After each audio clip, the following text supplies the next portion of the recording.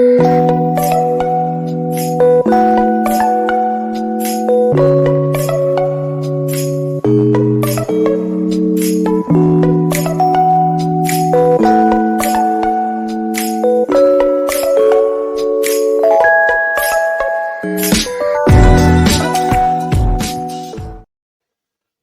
दोस्तों, आज के इस वीडियो में हम आपको काल सर्प दोष के निवारण के लिए एक मंत्र उपाय के बारे में बताएंगे। काल सर्प दोष, जिसे एक अशुभ ज्योतिषीय योग माना जाता है, तो हम काल सर्प दोष के मंत्र उपाय के साथ साथ इसके बारे में आपको थोड़ी सी जानकारी भी देंगे। तो आइए सबसे पहले जानते हैं कि काल सर्प योग आखिर क्या होता है।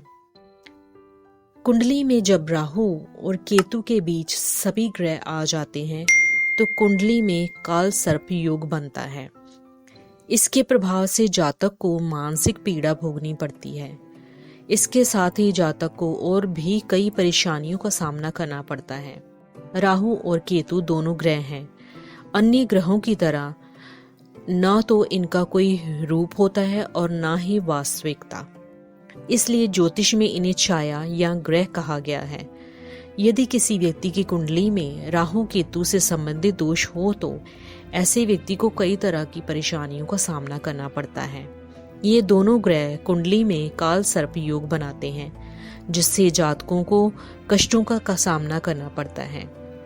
तो आज के इस वीडियो में हम आपको जो विशेष उपाय बताएंगे वह काल सर्प दोष से मुक्ति पाने के लिए भगवान शिव का एक महान श्लोक उपाय का उपयोग करता है। विशेषतः काल सर्प दोष के 12 प्रकार माने जाते हैं। अनंत काल सर्प योग, कुलक काल सर्प योग, वासुकी काल सर्प योग, शंखपाल काल सर्प योग, पद्म काल सर्प योग, महापद्म काल सर्प योग, तक्षक काल सर्प योग, करकोटक काल सर्प योग, शंखना काल सर्प योग, पातक काल सर्प योग, विषाधर काल सर्प योग और शेषना काल सर्प योग। यह काल सर्प दोष निवारण उपाय त्र्यंबकेश्वर और अन्य स्थानों पर महंगी और समय लेने वाली नागबली विधि को आसानी से बदल सकता है और आपको बड़े ही साधारण और सस्ते तरीके से काल सर्प दोष से मुक्ति दिला सकता है। सभी शिव भक्त अच्छी तरह से जानते हैं कि बेल पत्र, जिसे भगवान शिव बहुत प्रिय मानते हैं, प्राचीन हिंदू धार्मिक ग्रंथों में वेदों सहित कई संदर्भ हैं जो बेल पत्र के महत्व पर जोर देते हैं।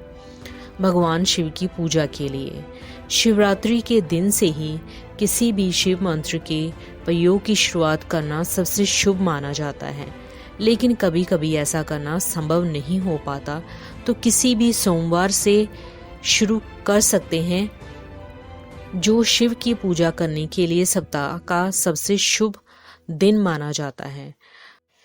तो यदि आपकी कुंडली में काल सर्प दोष है तो अभ्यासी को मेरे द्वारा बताए जाने वाले श्लोक का प्रयोग सूर्योदय से पहले करना होगा। यानी अभ्यासी को सूर्योदय से पहले उठना होगा और पूरे शरीर से स्नान कर, यानी सर से पांव तक स्नान कर स्वच्छ वस्त्र धारण करने होंगे और मेरे द्वारा बताए जाने वाले श्लोक का प्रयोग एक विशेष लेकिन छोटी सी विधि के साथ करना होगा। अभ्यासी को अपने सामने तांबे की पूजा की थाली में एक पारे से बना हुआ शिवलिंग रखना है और शिवलिंग को अपने सामने रखकर आपको बिल्वाष्टकम का पहला श्लोक जो मैं आपको बताऊंगी उसका जाप करना है रुद्राक्ष की माला के साथ, और आपको एक माला का जाप करना है, यानी 108 बार उस श्लोक का उच्चारण करना है जो मैं आपको बताने वाली हूँ। फिर आपको पारे से बने हुए शिवलिंग पर बेल पत्र अर्पित करने हैं। यह प्रयोग आपको ईमानदारी से 21 सोमवार तक करना होगा। महिलाओं के लिए एकमात्र यही समस्या है कि आपको मासिक धर्म के दौरान यह प्रक्रिया बंद कर लेनी है, और जब आपका मासिक धर्म सही हो जाए तो आपको फिर से वह प्रक्रिया आरंभ कर देनी है। तो 21 सोमवार तक आप जो शिवलिंग पर बेलपत्र चढ़ाएंगे, आपको उन बेलपत्रों को एकत्रित करके रखना है, और जब आपके 21 सोमवार की विधि पूर्ण हो जाए तो आपको सभी एकत्रित किए हुए बेलपत्रों को बहते जल में प्रवाहित कर देना है। तो जिस श्लोक का आपको प्रयोग करना है वह श्लोक इस प्रकार है: त्रिदलम त्रिगुणाकारम त्रिनेत्रम च त्रियायुधम त्रिजनम पाप सहारम एक बिल्लम शिवापणम। तो इस श्लोक का प्रयोग आपको करना है पूरी एक माला यानी 108 बार रुद्राक्ष की माला के साथ। तो दोस्तों, अगर आपकी कुंडली में काल सर्प दोष है तो उसे नकारने के लिए यानी काल सर्प दोष का पूर्णतया निवारण करने के लिए यह एक लंबा थोड़ा लेकिन आसान सा उपाय है और विधि है जो आपको काल सर्प दोष से मुक्त कर सकती है। तो आपको इसे जरूर आजमाना चाहिए और प्रयोग पूरा होने के बाद आपको सकारात्मक परिणाम जरूर देखने को मिलेगा।